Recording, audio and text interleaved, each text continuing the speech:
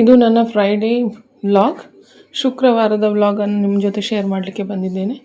ಶ್ರಾವಣ ಮಾಸದ ಚೂಡಿ ಪೂಜೆಯೊಂದಿಗೆ ಇದನ್ನು ಸ್ಟಾರ್ಟ್ ಮಾಡ್ತಾ ಇದ್ದೇನೆ. Hi all, this is Sandhya. Welcome back to my channel. ಹೇಗಿದ್ದೀರಾ ನನ್ನ ಯೂಟ್ಯೂಬ್ ಫ್ಯಾಮಿಲಿ? ನೀವೆಲ್ಲರೂ ಚೆನ್ನಾಗಿದ್ದೀರಾ ಅಂತ ನಾನು ಭಾವಿಸ್ತೀನಿ. ಇವತ್ತು ಮಾರ್ನಿಂಗೇ ಬೇಗನೆ ಚೂಡಿ ಪೂಜೆಗೆ ರೆಡಿ ಮಾಡಿ ಇಟ್ಕೊಂಡಿದ್ದೇನೆ. ಪೂಜೆ ಆಗೋವರೆಗೂ ಬ್ರೇಕ್ಫಾಸ್ಟ್ ತಿನ್ನೋಕ್ಕಾಗಲ್ಲ ಅಂತ ಬೇಗನೆ ಇದು ಪೂಜೆ ಎಲ್ಲ ಮುಗಿಸೋಷ್ಟರಲ್ಲಿ 11 o'clock ಆಗೋಯಿತು. ಇವಾಗೆಲ್ಲ ಬ್ರೇಕ್ಫಾಸ್ಟ್ಗೆ ದೋಸೆ ಎಲ್ಲ ತಿಂದುಬಿಟ್ಟು ಇವಾಗ ಲಂಚ್ ಪ್ರಿಪ್ರೇಷನ್ ರೆಡಿ ಮಾಡ್ಕೋತಾ ಇದ್ದೀನಿ. ತುಂಬಾ ಸುಸ್ತಾಗ್ತಾಯಿತ್ತು ಮಾರ್ನಿಂಗಿಂದ. ಅದು ಬೇರೆ ನನ್ನ ಮಗ, ಅವನಿಗೆ ರಜೆ ಇತ್ತು ಫ್ರೈಡೇ, ವರಮಹಾಲಕ್ಷ್ಮಿ ಪ್ರಯುಕ್ತ. ಇವತ್ತು ಒಂದು ಒಳ್ಳೆಯ north Indian quick Maharashtrian style ಆಲೂ ರಸ ಬಾಜಿ ತೋರಿಸ್ತೀನಿ. ಅದ್ರ ಜೊತೆಗೆ ಒಂದು ಗೀ ರೈಸ್ ಕೂಡ ತೋರಿಸ್ಲಿಕ್ಕಿದ್ದೇನೆ. ತುಂಬಾ ಕ್ವಿಕ್ಕಾಗಿ ಮಾಡ್ಬೋದು. ಯಾವುದೇ ರೀತಿಯ ಪೇಸ್ಟ್ ಅಥವಾ ಗ್ರೈಂಡಿಂಗ್ ಏನು ಮಾಡದೆ ಮಾಡುವಂತಹ 2 ರೆಸಿಪೀಸ್ಗಳು ಇದು. ಯಾವ ರೀತಿ ಮಾಡೋದು ಅಂತ ತೋರಿಸ್ಕೊಡ್ತೀನಿ. ಅದಕ್ಕಿಂತ ಮುಂಚೆ ನೀವೇನಾದರೂ ನನ್ನ ವಿಡಿಯೋವನ್ನು ಫಸ್ಟ್ ಟೈಮ್ ನೋಡೋರಾಗಿದ್ರಿ ತಪ್ಪದೇ ಹೋಗಿ ಸಬ್ಸ್ಕ್ರೈಬ್ ಮಾಡಿ ಅಂತ ಹೇಳ್ತಾ ರೆಸಿಪಿಯನ್ನು ಸ್ಟಾರ್ಟ್ ಮಾಡ್ತಾ ಇದ್ದೇನೆ. ಮನೆಯಲ್ಲಿ ಜಾಸ್ತಿ ಏನು ತರಕಾರಿ ಇಲ್ಲ, ಬರೀ ಬೇಸಿಕ್ ಇಂಗ್ರೀಡಿಯೆಂಟ್ಸ್ ಇದೆ. ಲೈಕ್ ಆಲೂಗಡ್ಡೆ, ಈರುಳ್ಳಿ ಮಾತ್ರ ಇದೆ. ಇವಾಗ ಈ ಕರಿಯನ್ನು ಸುಲಭವಾಗಿ ಯಾವ ರೀತಿಯಾಗಿ ಕ್ವಿಕ್ಕಾಗಿ ಮಾಡೋದು ಅಂತ ನೋಡ್ಕೊಂಡು ಬರೋಣ. ಮೊದಲಿಗೆ ನಾನು ಒಂದು ಕುಕ್ಕರ್ ಇಟ್ಕೊಂಡಿದ್ದೇನೆ. ಕುಕ್ಕರಲ್ಲಿ ಮಾಡುವಂತಹ ಕರಿ 1 pot ಕರಿ ಇದು. ನಾನು ಇದಕ್ಕೆ ಕಾಂಬಿನೇಷನ್ ಆಗಿ ಗೀ ರೈಸ್ ಕೂಡ ಮಾಡಲಿಕ್ಕಿದ್ದೇನೆ. ಚಪಾತಿ, ಪೂರಿ, ದೋಸೆಗೆ ಕೂಡ ತುಂಬಾ ಚೆನ್ನಾಗಿ ಆಗುತ್ತೆ ಈ ಕರಿ. ಹಾಗಾದರೆ ಬನ್ನಿ ಸ್ಟಾರ್ಟ್ ಮಾಡೋಣ. ಮೊದಲಿಗೆ ಎಣ್ಣೆ ಹಾಕ್ಕೊಂಡಿದ್ದೇನೆ. ಎಣ್ಣೆ ಕಾದ ನಂತರ ಅದಕ್ಕೆ ಕರ್ಬೇವಿನ ಸೊಪ್ಪಿನ ಕಡ್ಡಿಯನ್ನು ಹಾಕ್ಕೊಂಡೆ. ಅದಾದಮೇಲೆ ಇವಾಗ ಸಣ್ಣದಾಗಿ ಹೆಚ್ಚಿರುವಂತಹ 2 ಈರುಳ್ಳಿಯನ್ನು ಹಾಕೋತಾ ಇದ್ದೀನಿ. ಉದ್ದುದ್ದಕ್ಕೆ ಹೆಚ್ಚಿರುವಂತಹ ಈರುಳ್ಳಿಯನ್ನು ಇದಕ್ಕೆ ಹಾಕೋತಾ ಇದ್ದೀನಿ. ಈರುಳ್ಳಿ ಹಸಿ ವಾಸನೆ ಹೋಗೋವರೆಗೂ ಚೆನ್ನಾಗಿ ಇದನ್ನು ಹುರ್ಕೋಬೇಕು.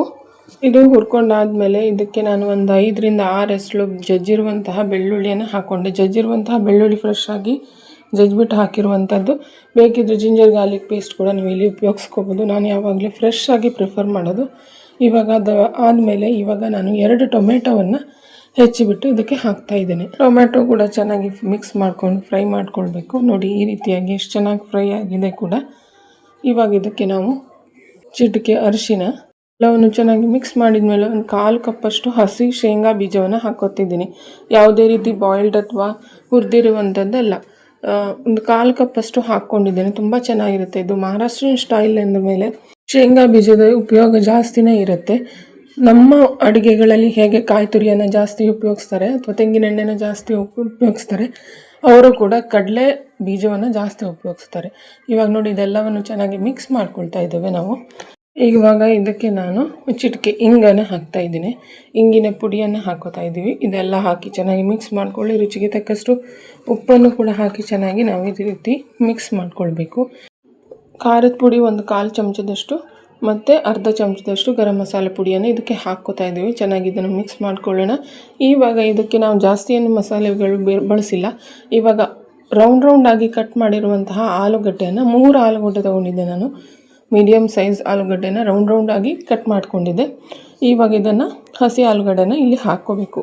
ಇವಾಗ ಎಲ್ಲ ಐಟಮ್ಸನ್ನು ಹಾಕಿ ಆಗಿದೆ. ಇವಾಗ ನಾವು 1 ಲೋಟದಷ್ಟು ನೀರನ್ನು ಇಲ್ಲಿ ಹಾಕ್ಕೋಬೇಕು. ನಮಗೆ ಗ್ರೇವಿ ಎಷ್ಟು ಬೇಕೋ ಅಷ್ಟು ನೀರನ್ನು ಇಲ್ಲಿ ಹಾಕ್ಕೊಂಡು ಇದಕ್ಕೆ ನಾನು 1 ಹಿಡಿಯಷ್ಟು ಕಾಯಿ ತುರಿಯನ್ನು ಹಾಕ್ತಾಯಿದ್ದೇನೆ. ಕಾಯಿ ತುರಿ ಅಂದರೆ ಫ್ರೆಶ್ ಕಾಯಿ ತುರಿಯಲ್ಲಿ ಬಳಸ್ತಾ ಇಲ್ಲ. ಇಲ್ಲಿ ಕೊಬ್ಬರಿಯನ್ನು ತುರಿದು ಬಿಟ್ಕೊಂಡಿರುವಂತಹದ್ದು ಹಾಕ್ತಾಯಿದ್ದೇನೆ. ಇದು 1 ಹಿಡಿಯನ್ನು ಹಾಕ್ಕೊಂಡೆ. 1-2-3 ಚಮಚಕ್ಕಿಂತ ಜಾಸ್ತಿನೇ ಹಾಕ್ಕೊಂಡಿದ್ದೀನಿ. ಇವಾಗ ಚೆನ್ನಾಗಿ ಮಿಕ್ಸ್ ಮಾಡ್ಕೊಳ್ಳಿ ಇದನ್ನು. ಎಷ್ಟು ಚೆನ್ನಾಗಿ ಬಾಯ್ಲ್ ಆಗ್ತಾಯಿದೆ. ಮೇಲ್ಗಡೆಯಿಂದ ಕೊತ್ತಂಬರಿ ಸೊಪ್ಪನ್ನು ಹಾಕ್ತಾಯಿದ್ದೀವಿ. ಇವೆಲ್ಲವನ್ನು ಹಾಕಿ ನಾವು ಇವಾಗ ಕುಕ್ಕರನ್ನು ಮುಚ್ಚಿ 1-2 ವಿಷಿಲನ್ನು ಕೂಗಿಸ್ಬೇಕು. ಇದು ಕುಕ್ಕರ್ ಆಗಿದೆ. ಇದನ್ನು ಇವಾಗ ನಾನು ಶಿಫ್ಟ್ ಮಾಡ್ತಾ ಇದ್ದೀನಿ ಇನ್ನೊಂದು ಗ್ಯಾಸ್ ಮೇಲೆ. ಇವಾಗ ನಾವು ಗೀ ರೈಸ್ ಮಾಡ್ಕೊಳ್ಳೋಣ. ಚಪಾತಿ ಇದ್ರೆ ಚಪಾತಿಗೂ ತುಂಬಾ ಚೆನ್ನಾಗಿರುತ್ತೆ. ಚಪಾತಿ ಮತ್ತು ಪೂರಿಯನ್ನು ಮಾಡುವಷ್ಟು ಸ್ಟ್ರೆಂತ್ ಇಲ್ಲ ಇವತ್ತು ನನಗೆ.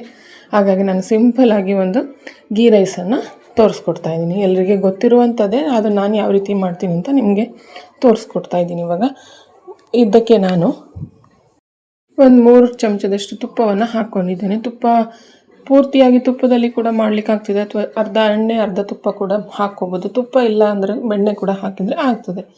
ನಾನಿಲ್ಲಿ 3-4 ಚಮಚದಷ್ಟು ತುಪ್ಪವನ್ನು ಹಾಕ್ಕೊಂಡಿದ್ದೇನೆ.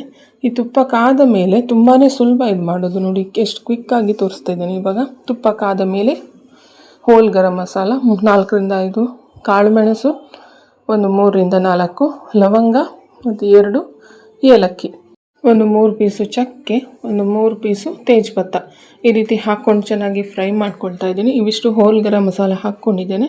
ಇದರಲ್ಲಿ ಒಂದು 1/4 ಸ್ಪೂನ್ ಜೀರಿಗೆ ಕೂಡ ಇದೆ. ಇವೆಲ್ಲವನ್ನು ಹಾಕಿ ಚೆನ್ನಾಗಿ ಫ್ರೈ ಆದಮೇಲೆ ಒಂದು ಈರುಳ್ಳಿ, ಚಿಕ್ಕದಾಗಿ ಪುಟಾಣಿ ಈರುಳ್ಳಿನ ಕಟ್ ಮಾಡಿ ಉದ್ದಕ್ಕೆ ಹಾಕ್ತಾ ಇದ್ದೀನಿ. ಗೀ ರೈಸ್ಗೆ ನಾನು ಇವತ್ತು ಬಾಸ್ಮತಿ ಅಕ್ಕಿ 1 ಲೋಟದಷ್ಟು ಹಾಕ್ಕೊಂಡಿದ್ದೀನಿ. 1 ಲೋಟದ ಅಕ್ಕಿಯನ್ನು ನಾನು ಒಂದು ಅರ್ಧ ಗಂಟೆಗಳ ಕಾಲ ನೆನೆಸಿಟ್ಕೊಂಡಿದ್ದೆ. ನೆನೆಸಿದರೆ ತುಂಬ ಉದುರುದ್ರಾಗಿ ಚೆನ್ನಾಗಿ ಬರುತ್ತೆ ಅಂತ ನಾನು ನೆನೆಸಿಟ್ಕೊಂಡಿದ್ದೆ. ಇವಾಗ ಇದನ್ನು ಹಾಕ್ತಾ ಇದ್ದೀನಿ. ಇದಕ್ಕೆ 1 ಲೋಟದಷ್ಟು ಹಾಕ್ಕೊಂಡಿದ್ದೇನೆ. ಬಾಸ್ಮತಿ ಅಕ್ಕಿ ಬೇಡ ಅಂದರೆ ಜೀರಾ ರೈಸ್ ಅಥವಾ ನಾರ್ಮಲ್ ಸೋನಾ ಮಸೂರಿ ಅಕ್ಕಿಯಲ್ಲೂ ಕೂಡ ಮಾಡ್ಬೋದು. ಏನೂ ಇಲ್ಲ, ತುಂಬಾ ಸುಲಭ. ನೋಡಿ, ಇವಾಗ ಇದೆಲ್ಲವನ್ನು ಮಿಕ್ಸ್ ಮಾಡಿ ರುಚಿಗೆ ತಕ್ಕಷ್ಟು ಉಪ್ಪನ್ನು ಕೂಡ ಇಲ್ಲಿ ಹಾಕ್ಕೋಬೇಕು. ಸ್ವಲ್ಪ ಹೊತ್ತು ರೈಸ್ ಕೂಡ ಫ್ರೈ ಮಾಡ್ಕೊಂಡಿದ್ದೇನೆ. ಇವಾಗ ಇದಕ್ಕೆ ನಾನು 1 ಲೋಟದಷ್ಟು ಅಕ್ಕಿಗೆ 1 ಲೋಟದಷ್ಟು ಕಾಯಿ ಹಾಲನ್ನು ಹಾಕ್ತಾಯಿದ್ದೇನೆ. ದಪ್ಪನಾಗಿರುವಂತಹ ಕಾಯಿ ಹಾಲು. ಆಪ್ಷನಲ್ ಇದು. ಕಾಯಿ ಹಾಲು ಹಾಕದೆ ಕೂಡ ಮಾಡಲಿಕ್ಕೆ ಆಗ್ತದೆ. ಕಾಯಿ ಹಾಲು ಹಾಕಿದರೆ ಟೇಸ್ಟ್ ತುಂಬ ಚೆನ್ನಾಗಿ ಬರುತ್ತೆ. ಮದುವೆ ಮನೆಗಳಲ್ಲಿ ಮಾಡುವಂತಹ ಕಾಯಿ ಹಾಲಿಂದ ಮಾಡುವಂತಹ ಗೀ ರೈಸ್ ಥರನೇ ಬರುತ್ತೆ ಇದು. 1 ಲೋಟದಷ್ಟು ಕಾಯಿ ಹಾಲನ್ನು ಹಾಕ್ಕೊಂಡಿದ್ದೇನೆ. ಇನ್ನೊಂದು ಲೋಟದಷ್ಟು ನಾನು ನೀರನ್ನು ಹಾಕಲಿಕ್ಕಿದ್ದೇನೆ. ಇವಿಷ್ಟನ್ನು ಹಾಕಿ ಇವಾಗ ಚೆನ್ನಾಗಿ ಕುದಿತಾ ಇದೆ. ನೋಡಿ, ಇವಾಗ ಕುಕ್ಕರನ್ನು ಇಡ್ತಾ ಇದ್ದೇನೆ. ಕುಕ್ಕರ್ ವಿಷಲ್ 2 ವಿಷಲ್ ಬಂದರೆ ಸಾಕು. ಬಾಸ್ಮತಿ ಅಕ್ಕಿ ಇರೋದ್ರಿಂದ 1 ವಿಷಲ್ ಅಥವಾ 2 ವಿಷಲಲ್ಲಿ ಈ ರೈಸು ರೆಡಿ ಆಗುತ್ತೆ. ಇವಾಗ ಈ ಕಡೆ ನಾನು ಆಲೂಗಡ್ಡೆ ರಸಬಾಜಿ ಕೂಡ ಕುಕ್ಕರ್ ಕೂಡ ತಣ್ಣದಿದೆ. ಇವಾಗ ಕುಕ್ಕರ್ ಓಪನ್ ಮಾಡಿ ತೋರಿಸ್ತಾ ಇದ್ದೀನಿ. ನೋಡಿ ಎಷ್ಟು ಚೆನ್ನಾಗಿ ಬಂದಿದೆ. ತುಂಬಾ ಟೇಸ್ಟಿಯಾಗಿ ಬಂದಿತ್ತು ಇದು. ಖಂಡಿತ ಒಮ್ಮೆ ಟ್ರೈ ಮಾಡಿ. ಇವಾಗ ಇದಕ್ಕೆ 2 ವಿಷಲನ್ನು ಕೂಗಿಸ್ಕೊಳ್ತಾ ಇದ್ದೀನಿ. ಕುಕ್ಕರ್ ತಣಿಯೋಷ್ಟರಲ್ಲಿ ಸ್ವಲ್ಪ ಕೆಲಸ ಮಾಡ್ಕೊಳ್ಳೋಣ ಅಂದರೆ ಇವನಿಗೆ ರಜೆ ಕೂಡ ಬಂದಿದೆ. ಇವನು ರಜೆ ಬಂದ್ರಂತೂ ಇವನ ಮೆಕ್ಯಾನಿಕ್ ಕೆಲಸ ಸ್ಟಾರ್ಟ್ ಆಗುತ್ತೆ. ನೋಡಿ, ಇಂಜಿನಿಯರಿಂಗ್ ಯಾವುದೋ ಹಳೆ ಟಾಯ್ ಇಟ್ಕೊಂಡು ಒಳಗಡೆ ಇಂಜಿನಿಯರಿಂಗ್ ಕೆಲಸವನ್ನು ಸ್ಟಾರ್ಟ್ ಮಾಡಿದ್ದಾನೆ. ಇವಾಗೆಲ್ಲ ಇದನ್ನು ಬಿಚ್ಚಿ ಎಲ್ಲ ಆಚೆ ಇಡೋದಿದೆ. ಡೈಲಿ ಯಾವ ಟಾಯ್ಸ್ ಆದರೂ ಹಾಗೆ, ಒಂದು ಟಾಯ್ ಹೊಸ ಬಂದರೂ 2ನೇ ದಿವಸ ಈ ರೀತಿ ಆಗಿರುತ್ತೆ. ಎಲ್ಲರೂ ಮನೆ ಮಕ್ಕಳಿದ್ರೆ ಇದೇ ರೀತಿ ಕತೆ ಅಂತ ನನಗೂ ಅನಿಸುತ್ತೆ. ನಿಮಗೇನಾದರೂ ರಿಲೇಟೇಬಲ್ ಅಂದರೆ ಅನಿಸಿದರೆ ಖಂಡಿತ ಒಮ್ಮೆ ಕಮೆಂಟ್ ಮಾಡಿ.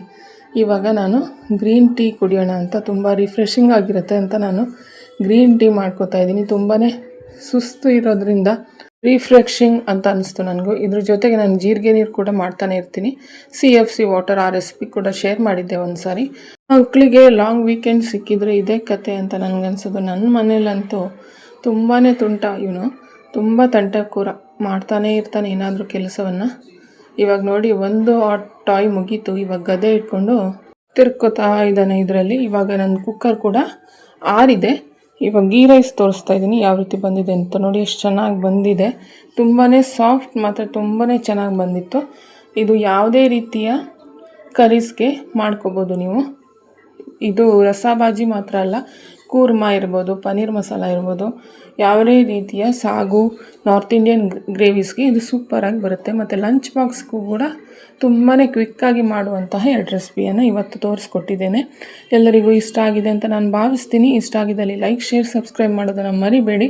ನೋಡಿ, ಇವಾಗ ನಾನು ಇದನ್ನು ಸರ್ವ್ ಮಾಡ್ತಾ ಇದ್ದೇನೆ. ಇವತ್ತಿನ ವ್ಲಾಗ್ ನಿಮಗೆ ಹೇಗೆ ಅನಿಸ್ತು ಅಂತ ಕಮೆಂಟ್ ಮಾಡೋದನ್ನು ಮರಿಬೇಡಿ. ಹಾಗಾದರೆ ಮತ್ತೆ ಸಿಗೋಣ ಮತ್ತಷ್ಟು ವ್ಲಾಗಲ್ಲಿ, ಮತ್ತಷ್ಟು ರೆಸಿಪೀಸೊಂದಿಗೆ. ಅಲ್ಲಿಯವರೆಗೂ thank you for watching. Take care of yourself and bye.